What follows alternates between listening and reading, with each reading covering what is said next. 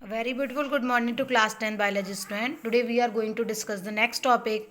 The sun provides energy for maintaining all life on earth. It means जो main source है हमारा energy का sunlight, वो जो अर्थ पर जितनी भी लाइफ है उसको कैसे मेंटेन कर रहा है. Okay, now we will study how the energy transfers in a food chain. We can easily study this concept by a diagram. एक डायग्राम के थ्रू हम इसको बहुत अच्छे से समझ सकते हैं, एक फ्लो चार्ट के through. You can see in this diagram a genuine food chain is given, that is producer is eaten by the herbivore is eaten by the carnivore, and finally the carnivore is eaten by the top carnivore. Now we can start from this side. You can see the sun is giving the solar energy or the sunlight energy to the producers. Now when this energy is taken by the producer, then some amount of energy is utilized by this producer for their metabolic activities.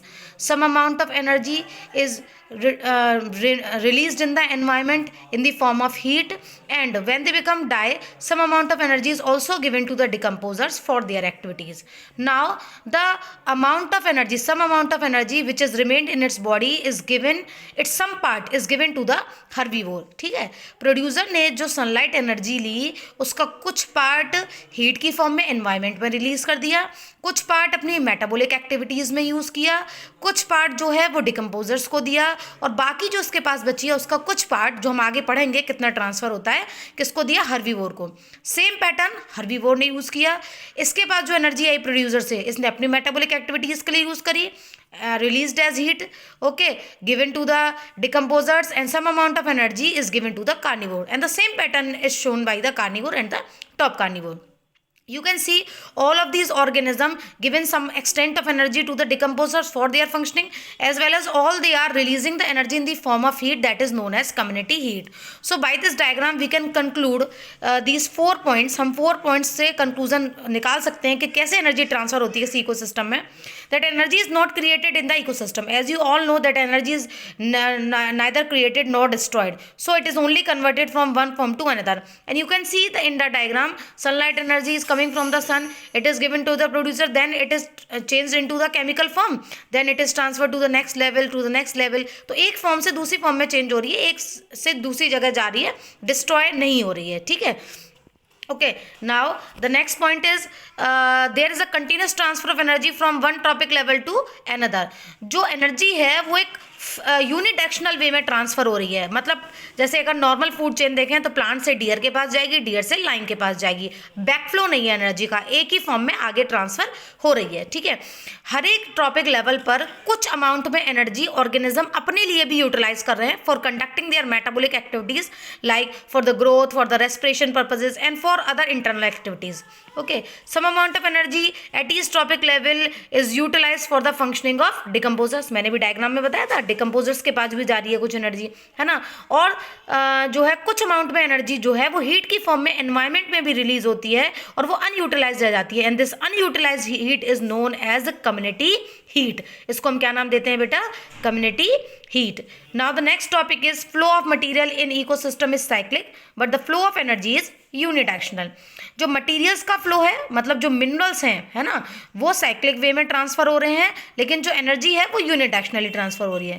देखो energy का concept तो यही हमने clear कर दिया था कि plant से हर्बीवोर के पास, हर्बीवोर से कार्निवोर के पास, तो एक तो यूनिडायरेक्शनली जा रही है, उसका तो कोई यहाँ पर क्वेश्चन ही नहीं बचता है. लेकिन हमें बेसिकली ये समझना है कि इकोसिस्टम में जो मिनरल्स, जो मटीरियल्स ट्रांसफर हो रहे हैं वो साइक्लिक कैसे हैं. अगर मैं बेटा शुरुआत करूं तो तुम देखोगे कि प्लांट जो है वो अपना बेसिकली अपने मिनरल्स कहाँ से एब्जॉर्ब करते हैं, सॉइल से एब्जॉर्ब करते हैं. ठीक है, सॉइल से एब्जॉर्ब करके और सनलाइट और क्लोरोफिल और बाकी जो केमिकल कंपाउंड्स हैं उनकी हेल्प से क्या बनाते हैं, अपना फूड बनाते हैं. अपना फूड बनाते हैं और फिर इन्हीं प्लांट्स को हर्बीवोर खाते हैं. तो वो जो जो मिनरल्स थे वो प्लांट से कहाँ ट्रांसफ़र हो गए, हर्बीवोर में, फिर हर्बीवोर से कहाँ ट्रांसफ़र होंगे, कार्निवोर में. एक तरीके से ये मिनरल्स एक की बॉडी से दूसरी बॉडी में ट्रांसफ़र हो रहे हैं. ठीक है, when they all become die, जब ये सारे के सारे ऑर्गेनिज्म, प्लांट्स हैं या एनिमल्स हैं, जिस भी कैटेगरी के हों, चाहे वो हर्बीवोर हो या कार्निवोर हो, वो सब मरते हैं. And finally on their body decomposer start to act, और उन सबकी बॉडी पर डिकम्पोजर्स एक्ट करते हैं. तो उनकी बॉडी में प्रेजेंट जो ऑर्गेनिक कंपाउंड हैं उनको डिकम्पोजर्स इनऑर्गेनिक में चेंज कर देते हैं और फाइनली उन्हें किस में मिला देते हैं, सॉइल में. ठीक है, इसलिए कहा जाता है, एंड इट इज़ मतलब it is very mandatory for the proper functioning of the ecosystem that the flow of minerals or the flow of material is cyclic. Okay. Now we will study the 10% law that was given by R. Lindemann. That's why it is also known as Lindemann's law. According to this law, only the 10% part of the energy is transferred to the next level. ठीक है, जिस level के पास जितनी amount में energy है वो अपना केवल 10% ही आगे वाले लेवल पर ट्रांसफर करता है. So we can study this topic by taking an example. हम एक एग्जाम्पल से लेकर यहाँ पर देखते हैं बेटा. ठीक है, देखो यहाँ एक एग्जाम्पल है. सन के पास जो एनर्जी थी, यहाँ पर एक थोड़ा पॉइंट याद रखने वाली बात है. सन पर यह 10% रूल अप्लाई नहीं होता है. जो 10% रूल है वो कहाँ से अप्लाई होगा बेटा? यहाँ से, प्लांट से, प्रोड्यूसर से अप्लाई होता है. ठीक है, जो सन के पास एनर्जी है, what ever the amount of energy, हम कंसीडर करके चलते हैं कि 1000 जूल्स एनर्जी है सन के पास से, तो सन की एनर्जी का केवल 1% जो है वो प्लांट्स एब्जॉर्ब करते हैं. तो भाई 1000 जूल का 1% क्या हो गया? 10 जूल. इट मीन्स जो प्रोड्यूसर्स हैं उनके पास कितनी एनर्जी आई बेटा?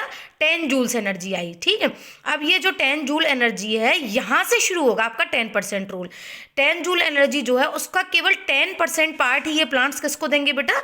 हर्बीवोर्स को देंगे. तो 10 जूल का 10% क्या होगा? 1 जूल एनर्जी. अब देखो इसके पास 1 जूल एनर्जी है, अपने लिए भी यूज़ करेगा, डिकम्पोजर को भी देगा, एनवायरमेंट में भी रिलीज करेगा, और जो उसके पास बची होगी, है ना, हम तो ओवरऑल मिला के चल रहे हैं, जो इसके पास रिमेनिंग होगी उसका 10% किसको देगा? ये कार्निवोर को देगा. तो भाई 1 का 10% क्या होगा? 0.1. तो आप देखोगे कि एनर्जी तो यूनिडायरेक्शनल वे में ट्रांसफर हो रही है, और साथ साथ में सक्सेसिव ट्रॉपिक लेवल्स पर इसका जो परसेंटेज है, इसकी जो अमाउंट है वो भी क्या होती जाती है? डिक्रीज होती जाती है. This is a very important topic for the exams also. मतलब एक क्वेश्चन आपको जरूर मिलेगा, ध्यान रखें यहाँ से, कि अमाउंट दे देंगे आपको एनर्जी की, and determine the amount of energy in herbivore और कार्निवोर और whatever be the question. Now we will study the next topic, why the number of trophic levels in a food chain is limited.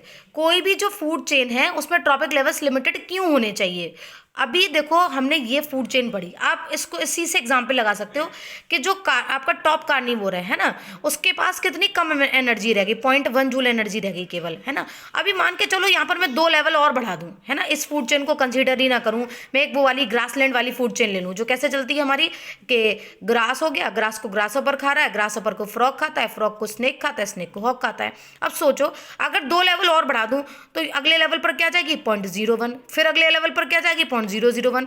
तो आप देखोगे अगर 3 या 4 steps से ज़्यादा steps होते हैं किसी भी फूड चेन में, तो जो लास्ट मेंबर होता है बेटा, उसके पास जो एनर्जी है वो काफ़ी कम रह जाती है, जो उसकी मेटाबॉलिक एक्टिविटीज़ के लिए भी उसको सफिशेंट नहीं होती है, सर्वाइवल के लिए उसके सफिशेंट नहीं होती है. इसीलिए मिनिमम 3 या 4 ट्रॉपिक लेवल्स होने चाहिए, ताकि सफिशेंट अमाउंट में लास्ट लेवल तक को, ट्रॉपिक लेवल तक के ऑर्गेनिज्म को एनर्जी मिल पाए अपने सर्वाइवल के लिए. ठीक है, next time we will discuss further topic. Till then goodbye, have a beautiful day.